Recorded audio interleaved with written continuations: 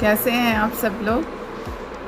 और आज आपके समक्ष मैं डॉक्टर अमित कौर पुरी डिस्कस करने वाली हूँ वेट लॉस जर्नी के बारे में, how you can lose weight and if you are suffering from hypothyroidism then also you can lose weight. अगर आपको हाइपोथायरॉयड की तकलीफ़ है तो भी आप वेट को किस तरीके से बैलेंस कर सकते हैं।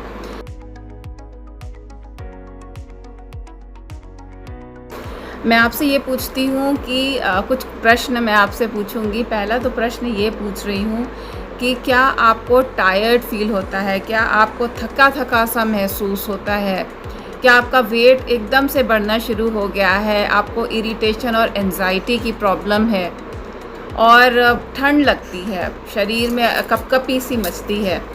अगर ये सारी प्रॉब्लम्स आपको हैं, आप ठीक से सो नहीं पाते हैं, तो हो सकता है कि आपको हाइपोथायरॉयड की बीमारी हो। So see what is thyroid actually.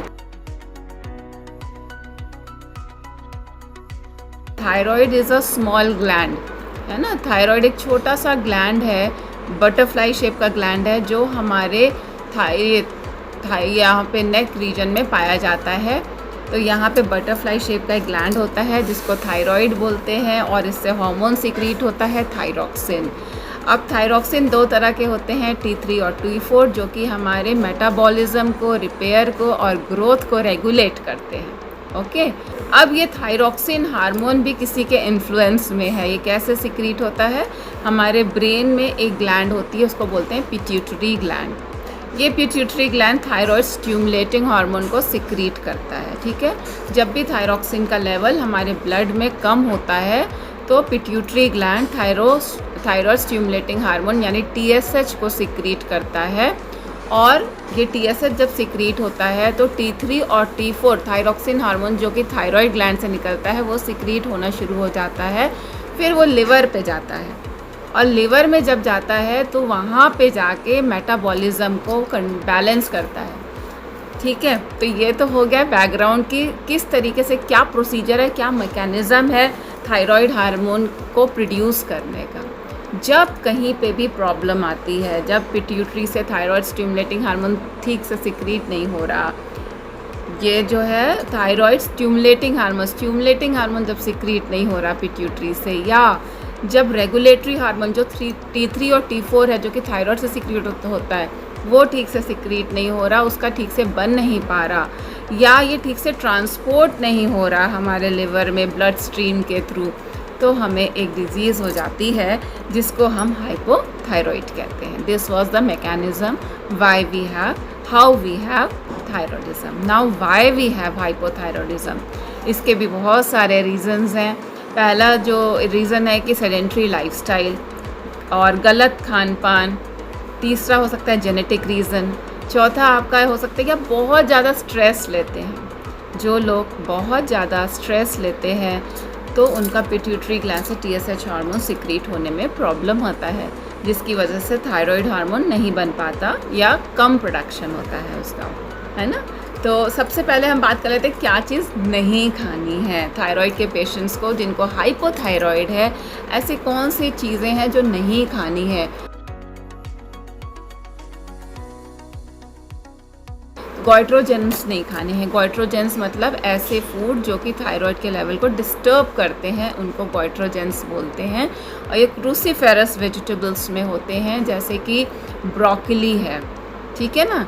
तो broccoli, cauliflower, cabbage, turnip, radish, ये सब आपको नहीं खाना, यहाँ तक कि स्पिनच भी नहीं खाना, ठीक है ना। और इसको आपको अवॉइड करना है। और बाई चांस आपको खाना भी पड़े तो इसको बहुत अच्छे से पका लीजिए। इसको खूब अच्छे से पकाने के बाद एकदम पक जाए, उसके बाद ही ये वेजिटेबल्स आप खा सकते हैं। कोशिश करिए कि इन वेजिटेबल्स को आप अवॉइड करें।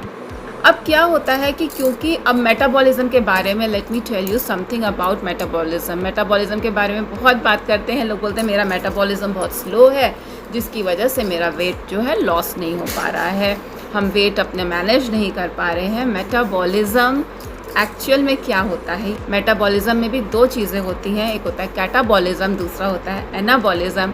एक तो हमारे शरीर की सेल्स को तोड़ता है और दूसरा और एनर्जी प्रोड्यूस करता है, और दूसरा हमारे शरीर में कंस्ट्रक्शन का काम करता है। तो ये दोनों ही प्रोसेस साइड बाय साइड चलती रहती हैं। जब डिस्ट्रक्शन वाला प्रोसेस ज़्यादा हो जाता है हमारे शरीर में, तो हमारी एजिंग शुरू हो जाती है। तो ये होता है मेटाबॉलिज्म। मेटाबॉलिज्म को भी रेगुलेट कौन करता है? Thyroid hormone. तो इसीलिए थायराइड हार्मोन का बैलेंस करना, बैलेंस्ड होना बहुत ज़्यादा ज़रूरी है। थायराइड हार्मोन का बैलेंस होना मेटाबॉलिज्म को रेगुलेट करने के लिए बहुत ज़्यादा ज़रूरी है।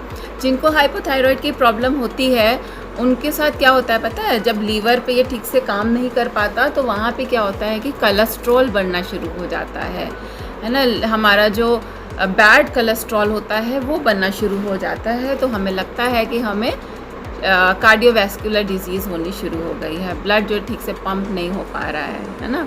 तो हमें ठीक क्या करना है? हमें ठीक करना है अपने थायराइड को, हमें ठीक करना है अपने थायराइड स्टिमुलेटिंग हार्मोन को, ठीक है ना।